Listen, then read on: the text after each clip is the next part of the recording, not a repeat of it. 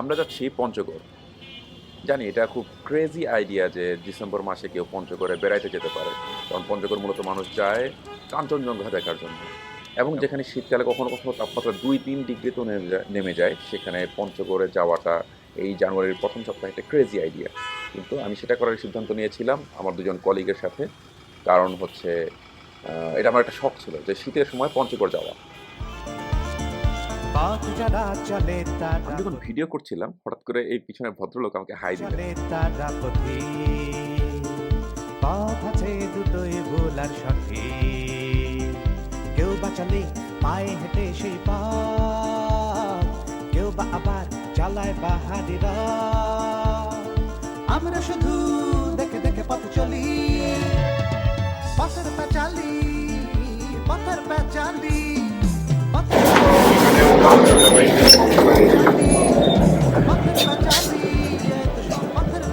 হ্যাঁ ভাই, আমরা সব পারতে দুজনই। হ্যাঁ, আবার সে হাই। ওকে, ট্রেন রেডি। ইনি হচ্ছেন আমার আপনি বেরো যান। প্রথম সফর সঙ্গী এবং আরেকজন সফর সঙ্গী উঠবে হচ্ছে বিমানবন্দর স্টেশন থেকে। So the journey is on. আমরা দেখতে পাচ্ছেন অলরেডি আমাদের ট্রেনটা ছেড়ে দিয়েছে, এখন বিমানবন্দরের দিকে যাচ্ছে। সো বেসিক্যালি আমাদের ট্যুরের মুভিং পার্টটা, মেইন পার্টটা শুরু হয়ে গেছে। আমি এবং রানা ভাই আমরা দুজন এই কমলাপুর থেকে উঠছি এবং আমাদের অন্য সফর সঙ্গী সোহেল সে উঠবে বিমানবন্দর থেকে। আর আমাদের চতুর্থ জন যে আসলে ট্যুর ফরফিট করছে, তাই আমরা এখন 4 জনের এই বার্থে 3 জন যাব।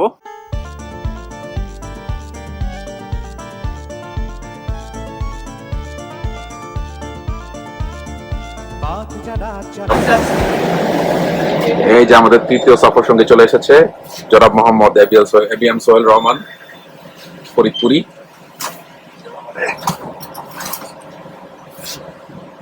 সোহেল রহমান, আপনার অনুভূতি কি? আপনি কি কারোর সাথে কথা বলতেছেন নাকি ভিডিও করতেছেন সেটা না, আমাদের ভিডিও করছে, এটা দিয়ে একটা ব্লগ করার চেষ্টা করা হবে, তাই আপনার অনুভূতি জানতে চাচ্ছি। অনুভূতি এখন ভালো, কিছুদিন আগে খুবই খারাপ ছিল।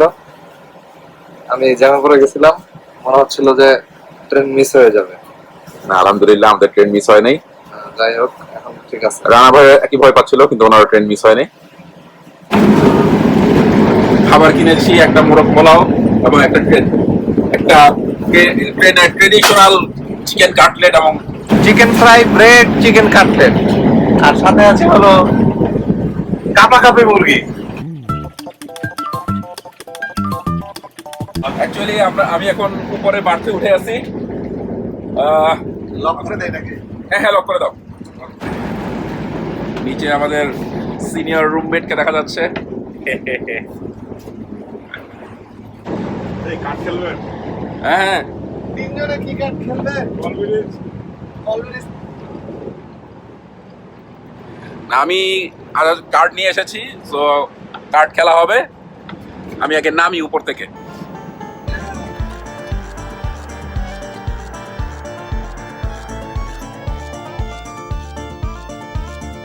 পথ যারা চলে তারা পথে পথ আছে দুটোই ভুল আর সঠিক কেউ বা সত্যজিৎ রায়ের মুভিতে দেখে সবসময় আমার একটা ইচ্ছা ছিল যে আপার বার্থে শুয়ে কোথাও যাব। চালায় সো এই শীতের মধ্যে আপার বার্থে কম্বল গায়ে দিয়ে শুয়ে থাকতে অনেক ভালো লাগতেছে। এবং আমি বাসা থেকে 2টা বই নিয়ে আসছি। দেখতেই পাচ্ছেন, হরিশঙ্কর জলদাসের মনোজবাবুদের বাড়ি এবং হচ্ছে শিবগ্রাম সমগ্র। সাথে আছে আমার নিত্যদিনের ডায়েরি, এটাতে আমি মনের কথা লিখি এবং কলম। যাই হোক, ঘুমের সময় বাকিরা ঘুমাবে, আমি আর কিছুক্ষণ বই পড়বো। ধন্যবাদ। এটা হচ্ছে পঞ্চগড় স্টেশন। আমরা ট্রেন প্রায় 50 মিনিট লেট করার পর আমরা অবশেষে পঞ্চগড় স্টেশনে নামতে পেরেছি। বর্তমানে এখানে তাপমাত্রা হচ্ছে 9 ডিগ্রি, তবে বাতাস খুব বেশি নেই, মানে সত্যি প্রবাহটা অত বেশি নেই বলে 9 ডিগ্রি মানে 9 ডিগ্রি মতো শীতই লাগছে। যদি একটু জোরে বাতাস বইতো তাহলে খবর হয়ে যেত বলা যায়। যাই হোক, আমরা we are looking forward to have a very nice journey throughout the day. Pather Panchali পথের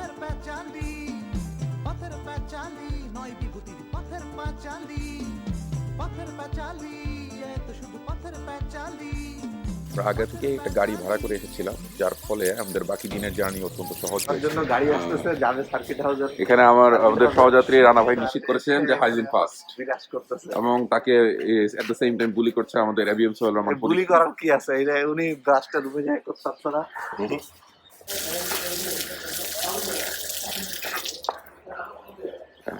তো জাতি আপনার দাঁত দেখতে চায় না, তাতে দাঁত দেখতে চায় না। আমাদের গাড়ি চলে এসেছে।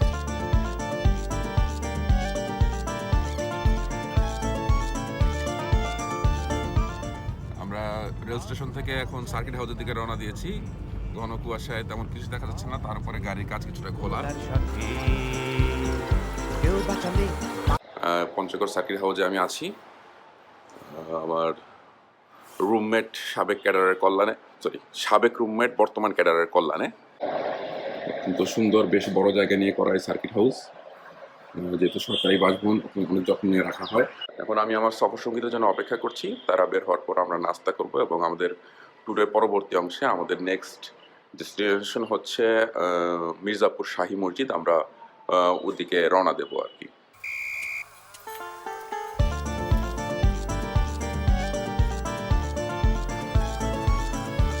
আমরা এখন মির্জাপুর শাহী মসজিদে। মসজিদের স্থাপত্যশৈলীটা অত্যন্ত সুন্দর। পাশে একটি মক্তব্য আছে, বাচ্চারা দেখতে পাচ্ছেন যে আপনার বাচ্চারা সেখানে খেলাধুলা করছে। পাশে মনে হয় গোরস্থান, মানে দুটো কবরও মনে হয় আছে।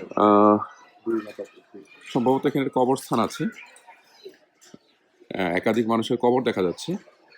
এটা একটা প্যাটার্ন হতে পারে, কারণ আমি সেম প্যাটার্নের মসজিদ দিনাজপুরে দেখেছিলাম, নয়াবাদ মসজিদ। সেটা বেশ বড় এবং একই রকম, যে হচ্ছে বাইরে থেকে বাইরে একটি উঠানের মতো যেমন এখানে আছে, ভিতরে দেখা যায় 2 বা 3 কাতার জায়গা হয় এবং সামনে এটাকে সম্ভবত মিম্বর বলা হয়। এই মিম্বরে একটা নকশা থাকে এবং চারিদিকে জায়গা হয় ছোট, উপরে গম্বুজের জন্য হল থাকে।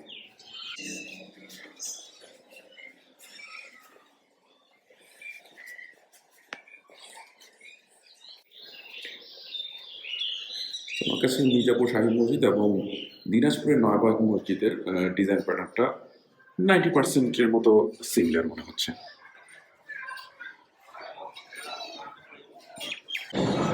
আমাদের পরবর্তী গন্তব্য আটোয়ারি উপজেলার কমলা বাগানে।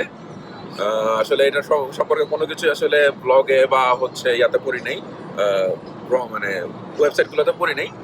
একদম নিজে সচক্ষে গিয়ে দেখবো জায়গাটা কিরকম।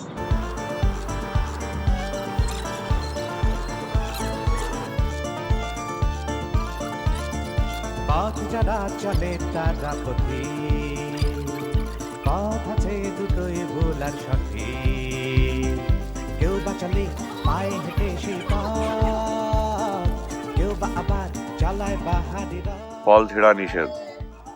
যেখানে আপনারা দেখতে পাচ্ছেন একটা কমলা ফল হয়ে আছে, আসলে এটা পাখি খেয়ে গিয়েছে।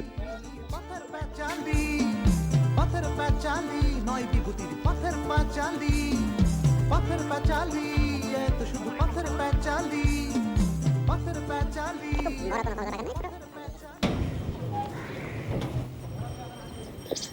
প্রত্যেকটা গাছের নিচে পাইপের মাধ্যমে কল দিয়ে পানি দেওয়া হয়।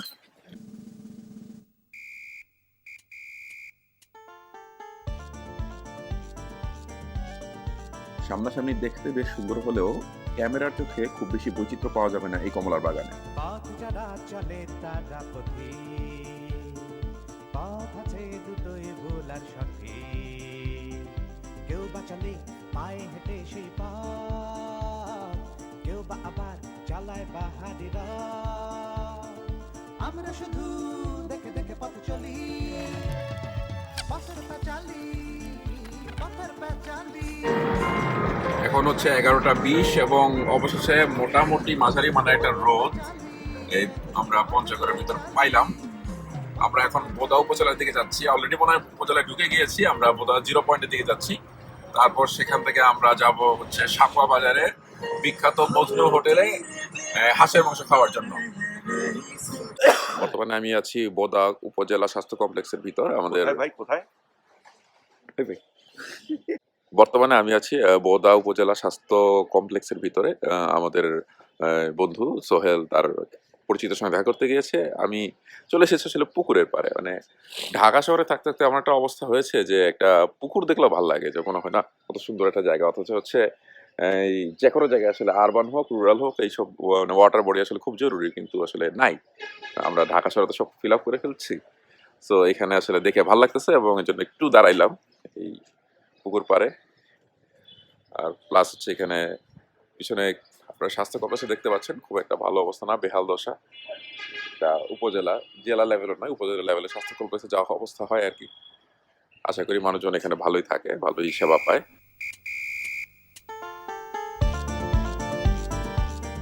এরপর আমরা গেলাম মজনু তৃপ্তি হোটেলে, এটা সাকোয়া বাজারে অবস্থিত এবং হাঁসের মাংসের জন্য বিখ্যাত।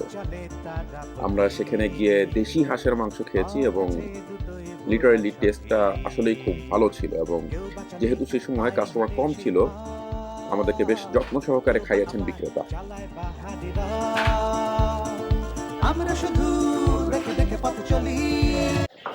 তাহলে আমরা এখন টেস্ট করতে যাচ্ছি আমাদের এই পঞ্চগড়ের বিখ্যাত মজনু তৃপ্তি হোটেলের হাঁস। দেখা যাক কেমন লাগে।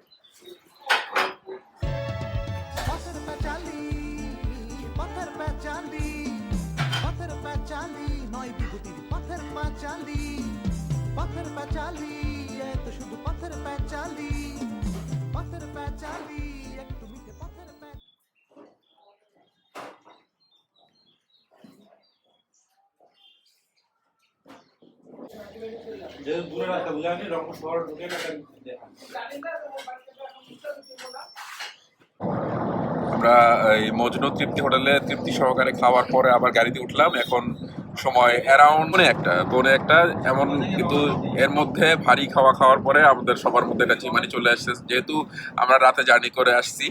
তো আমরা একটু টায়ার্ড অলরেডি, এবং আমাদের সিনিয়র ভাই অলরেডি আয়োজন করে মাথার তলায় বালিশ টালিশ দিয়ে শুয়ে পড়ছেন।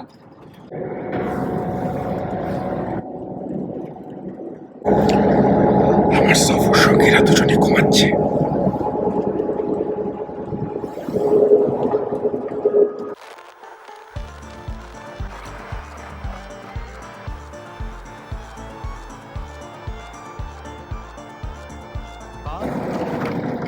আমরা বর্তমানে যে জায়গাটি পাস করছি সেটি ইন্ডিয়ার বর্ডারের বেশ কাছে।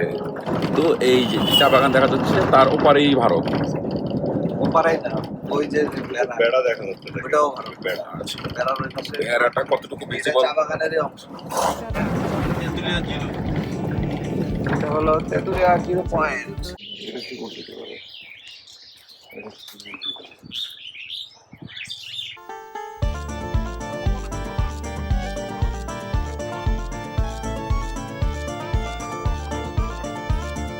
পথ যারা চলে তারা পথে।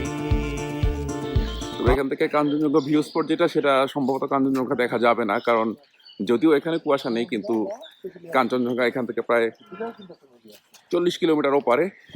এই 40 কিলোমিটার যে কোনো এক জায়গায় কুয়াশা থাকলে আসলে আর কাঞ্চনজঙ্ঘা দেখা যাবে না। পথ আছে দুটোই ভোলার সাথে, কেউ বা চলে পায়ে হেঁটে সেই পথ, কেউ বা আবার মানে এখানে আমরা একটা গুলি করবে বা- অসাধারণ ভাস্কর্য দেখতে পাচ্ছি, দেখেন ভাই, হনুমানের হাতে গিটার।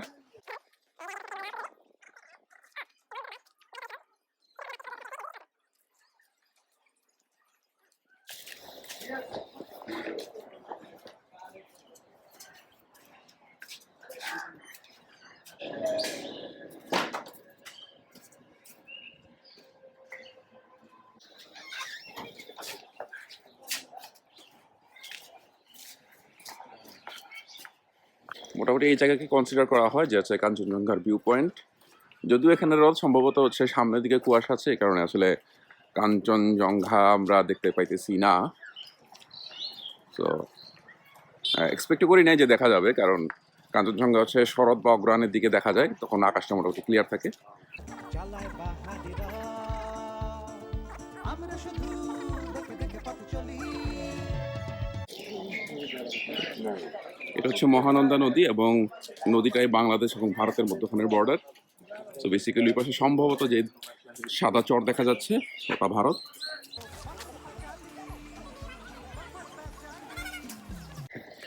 এখন আমরা যাচ্ছি কাঞ্চনজঙ্ঘা ওয়াচ টাওয়ারের দিকে। এই ওয়াচ টাওয়ার মোটামুটি একটা ইউজলেস জিনিস, কারণ এখান থেকে আপনি দেখতে পাচ্ছেন গাছের জন্য কিছু দেখা সম্ভব না।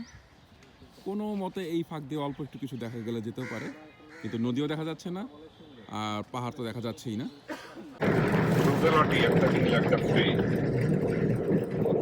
ব্যর্থ কাঞ্চনজঙ্ঘা অভিযানের পর এখন আমাদের গন্তব্য বাংলাদেশের সর্ব উত্তর এবং সর্ব পশ্চিমের প্রান্ত বাংলা বান্ধা 0 পয়েন্টের দিকে।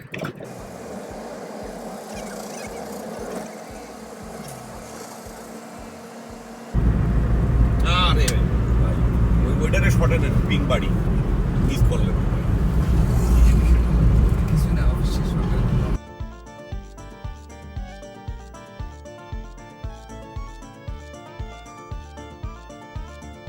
পথ যারা চলে তারা পথে, পথ আছে দুটোই ভুল আর সঠিক। কেউ বা চলে এখন একটু ঘাটে যাওয়া এদিকের গাড়ি যাইতে সমস্যা না, আপনি রাখেন পরে আমরা বুঝবো। তো বিডিআর অনুমতি নিয়ে আমরা ওই 0 পয়েন্ট পর্যন্ত যাব, সেখানে একটা ছবি তুলে তারপরে আমরা ফিরে আসবো।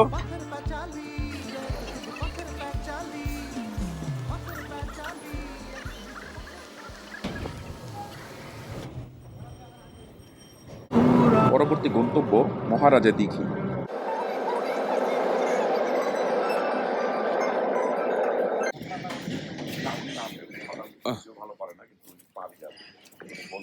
না আজকে নামবো না, এই ঠান্ডায় নামলে মরে যাবো।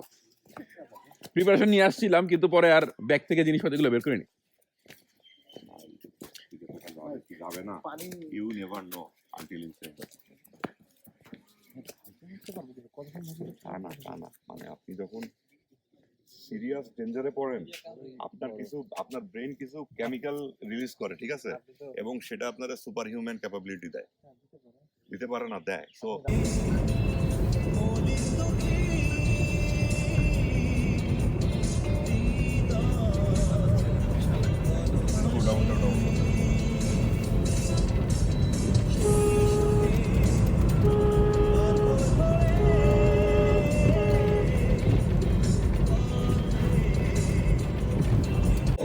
আমাদের ডে ট্যুর মোটামুটি শেষ। এখন আমরা আবার শহরের দিকে ফিরে যাচ্ছি।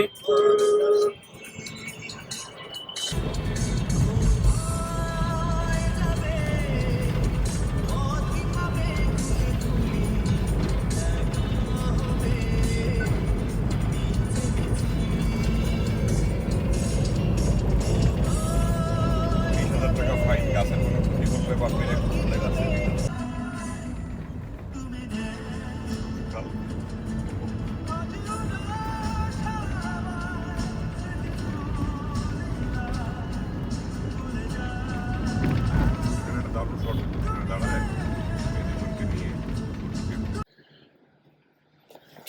এখন সময় 6:21। কিন্তু ক্যামেরায় আসলে যে রকম দেখা যাচ্ছে পুরো সিচুয়েশনটা সেরকম, দেখে মনে হচ্ছে রাত রাত মানে গভীর রাত এরকম মনে হচ্ছে। 6:42 সূর্যোদয় হবে, কিন্তু আমাদের যেহেতু 7:20 ট্রেন, সো আমাদেরকে 4 কিলোমিটার দূরের ট্রেন ধরার জন্য 6:20 উঠতে হলো। আমরা দাঁড়ায় না থেকে সন্ধ্যা গেছে।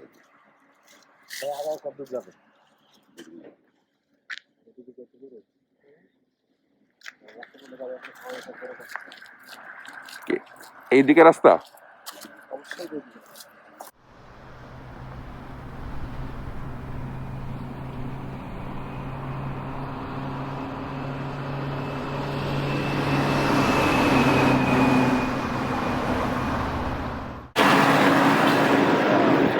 অবশেষে আমরা টোটো খেয়েছি এবং স্টেশনের দিকে যাচ্ছি। খুবই ঠান্ডা, 10 ডিগ্রি সেলসিয়াস টেম্পারেচার। আমি এবার হাত মুঠো করে এসেছি।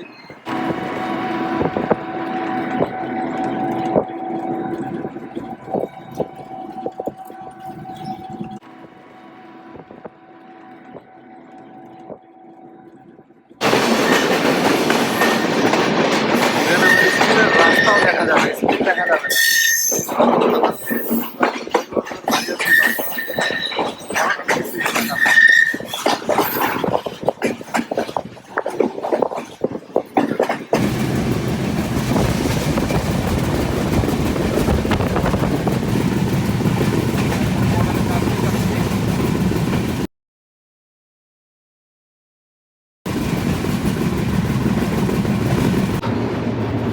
এই ঠান্ডার মধ্যে ট্রেন জার্নি করবো আর কফি খাবো না, তা তো হয় না।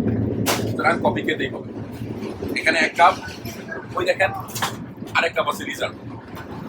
এটা খাওয়ার পরে ওটা খাবো।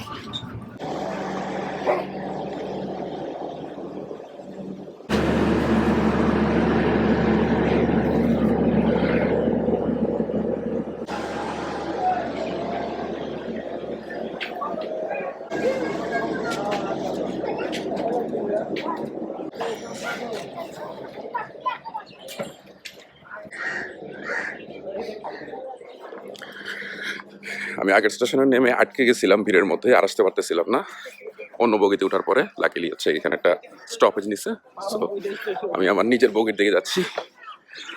এরপরে আবার আসলে পরের স্টেশনে নামতে গেলে একটু হিসাব নিকাশ করে নামবো, ফুট করে নেমে যাবো না, বুঝে শুনে নামতে হবে। এখন আমরা নাটোরে, চলন বিলের নাটোর ঈশ্বরদী বাইপাস স্টেশন। এখন আছি চাটমোহর স্টেশনে। হ্যালো,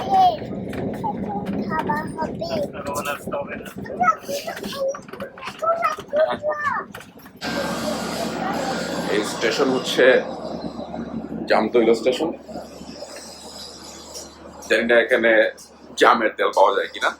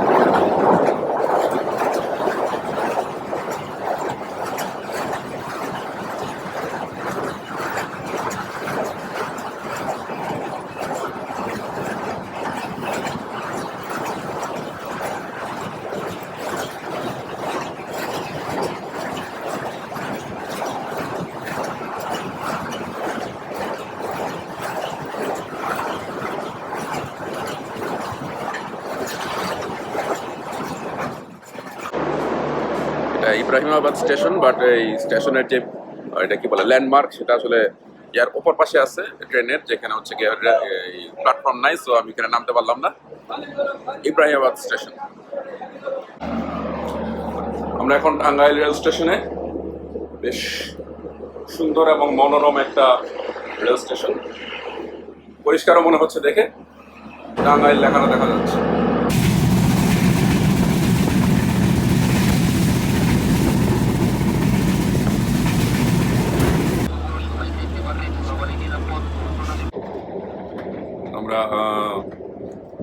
আমরা বিমানবন্দর স্টেশন অতিক্রম করে ফেলেছি এবং আমাদের সফর সঙ্গী সোহেল অলরেডি বিমানবন্দর স্টেশনে নেমে গিয়েছে।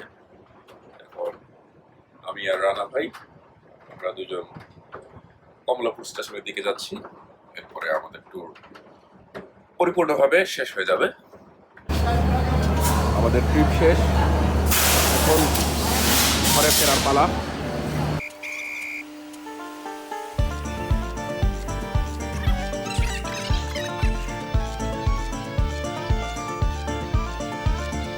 পথ যারা চলে তারা পথে, পথ আছে দুটোই ভোলার সাথে।